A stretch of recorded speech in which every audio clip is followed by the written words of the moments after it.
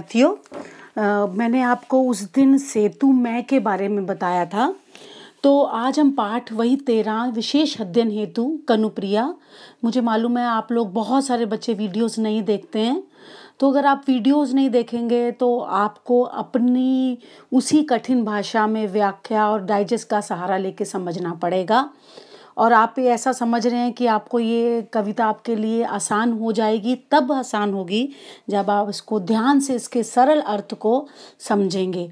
तो उस दिन हमने सेतु मैं के बारे में पढ़ा था, तो जिसके धर्मवीर भारती जो हैं, इसकी जो कवि हैं जिन्होंने कनुप्रिया में राधा और कृष्ण के प्रेम और महाभारत की कथा से संबंधित कृति है।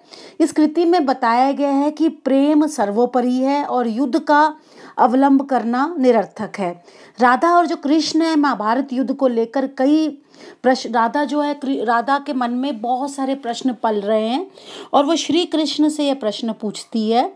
महाभारत युद्ध में हुई जीत हार, कृष्ण की भूमिका, युद्ध का उद्देश्य, युद्ध की भयावहता, मतलब कहते हैं कि इस युद्ध में बहुतों की मृत्यु हुई थी। इससे संबंधित राधा कृष्ण से काफ़ी प्रश्न पूछती है और अपने प्रश्नों को सामने रखती है। तो अभी हम लोग जो है मंगल छाया की ओर चलेंगे। तो अमंगल छाया देखिए यहाँ पर जो बताया गया है कि किस प्रकार से अमंगल छाया का मतलब होता है कोई गलत, जो चीज़ें आपके लिए मंगल नहीं होती उसको अमंगल छाया कहते हैं। तो यहाँ पर आपने इसको ध्यान से सुनना है कि अमंगल मतलब जिसमें हर चीज़ कोई अच्छी नहीं हो रही है, और उसके साथ साथ मैं आपको इसका अर्थ भी आपको यहाँ पे बताती रहूँगी। घाट से आते हुए कदम के नीचे कनू को ध्यान मग्न देवता समझ प्रणाम करने जिस राह से तू लौटती थी बावरी, आज इस राह से न लौट। तो यहाँ पर जो धर्मवीर भारती जी राधा के माध्यम से कहते हैं, अवचेतन मन में बैठी हुई राधा, अपने चेतन मन वाली राधा को, अवचेतन क्या होता है जिसमें जो दिखाई नहीं देती, जिसमें चेतना नहीं है, चेतना जो जिसमें हम सामने दिखाई दे रही है, अनकॉन्शियस और कॉन्शियस माइंड जो रहता है, बैठी हुई राधा को से संबंधित कहते हुए कहती, हे राधा, यमुना के घाट से ऊपर आते समय कदम के पेड़, कदम का पेड़ बहुत सुंदर होता है, आते हुए नीचे खड़े हुए कनु यानी श्री कृष्ण को देवता समझकर प्रणाम करने के लिए तुम किस मार्ग से लौटती थी। तो वहाँ पर वो प्रश्न कर रही है, जो अवचेतन राधा जो है, चेतना राधा को जो हमें दिखाई दे, जो वहाँ पे दिखाई देती है साक्षात रूप में, उससे प्रश्न कर रही है।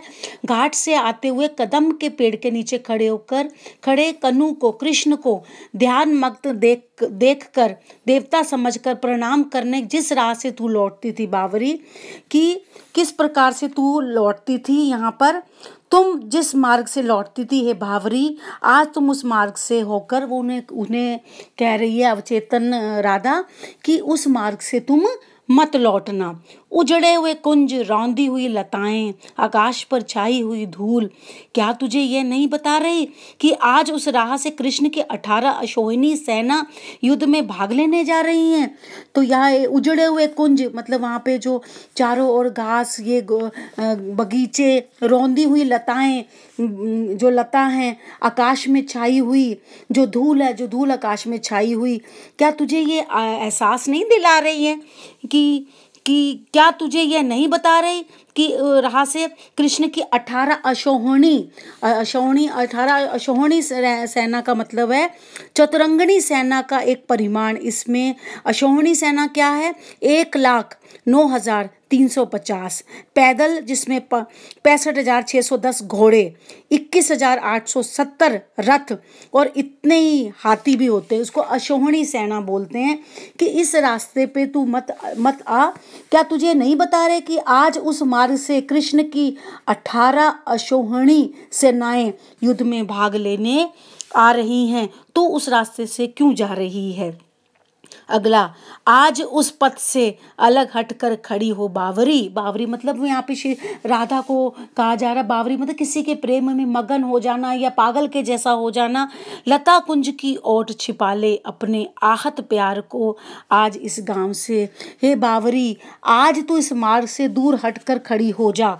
मतलब इस पथ मतलब इस रास्ते से हटकर खड़ी हो जा बावरी।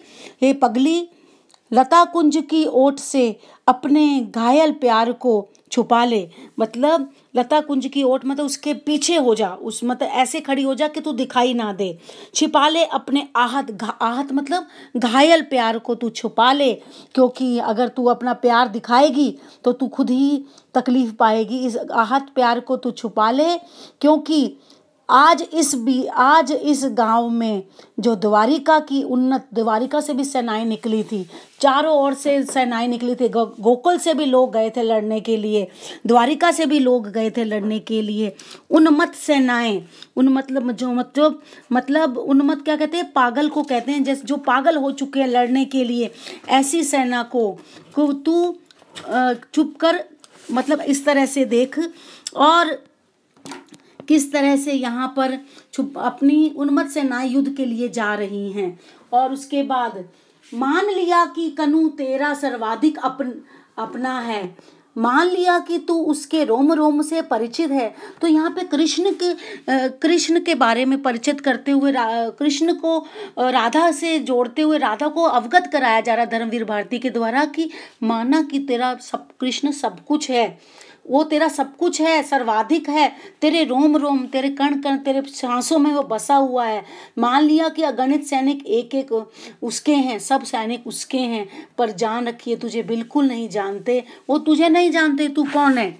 तो वो यहाँ पर ये कह रहे, हे राधा मैं मानती हूँ, तो मैं मानती हूँ कि यहाँ पर वो कहते हैं आज तू इस मार्ग से दूर हटकर खड़ी हो जा, क्योंकि आज इस गांव से उन्मत्त सेनाएं युद्ध के लिए जा रही हैं।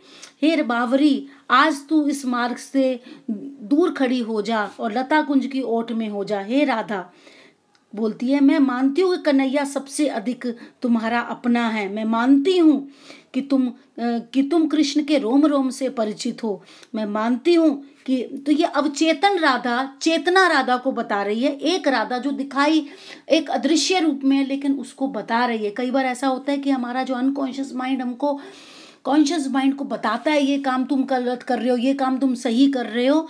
तो वो कह रही है, हे राधा मैं मानती हूँ तू उसके रोम रोम में बसी है। मैं मानती हूँ ये संख्य सैनिक तुम्हारे उस कन्हैया के हैं, पर तू ये बात जान ले ये सैनिक तुझे बिल्कुल नहीं पहचानते। इसलिए हे बावरी, इस मार्ग से दूर तू हट जा। ये आम्र वृक्ष की डाल उसकी विशेष प्रिय थी, तो लेंगे ना आने पर।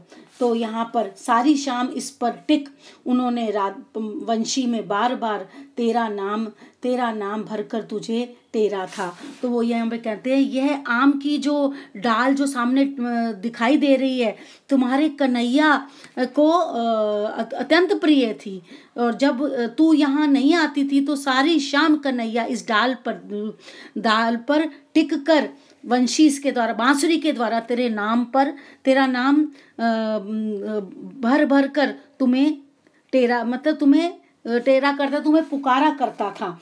यहाँ पर वही आज ये आम की डाल सदा सदा के लिए काट दी जाएगी, क्योंकि कृष्ण के सेनापतियों के वायु वेगानी रथों की गगनचुंबी ध्वजाओं में यह नीची डाल अटकाती है। ये तो यहाँ पर वो क्या कह रही हैं कि आज जो क्या है, आज या शाम को हमें डालें जो हैं सदा सदा के लिए काट दी जाएंगी।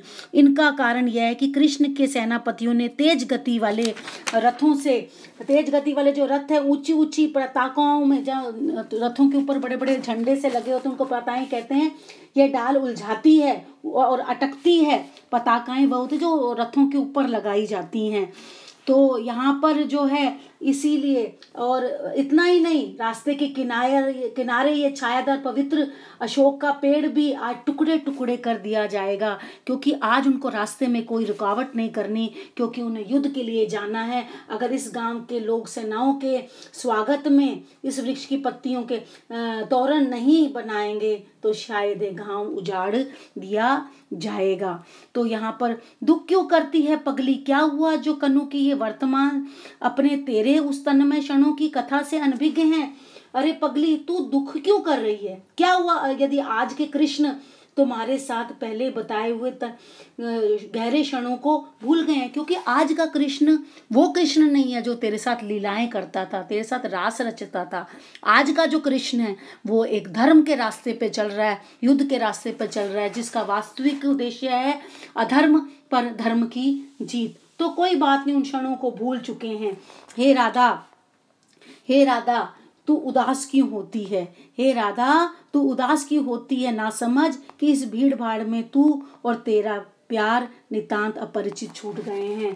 तो इस बार तुझे ऐसा लग रहा है कि तेरे प्यार को पहचानने वाले लोग कोई नहीं है।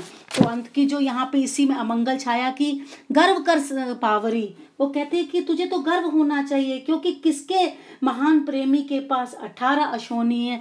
तुझे तो गर्व करना चाहिए, ऐसा कृष्ण जिससे तूने प्रेम किया है उसके पास 18 अशोहनी सेनाएं हैं और केवल तुम्हारे ही प्रेमी के पास हैं। ऐसा सफल प्रेमी, एक धर्म पर चलने वाला तुम्हारा प्रेमी कृष्ण, पूरे संसार को चलाने वाला, इस युद्ध को चलाने वाला सिर्फ श्री कृष्ण है। ऐसा प्रेमी ना कभी किसी को मिला है ना कभी मिलेगा। तो यहाँ अचेतन राधा जो अचेतना राधा को बता रही है।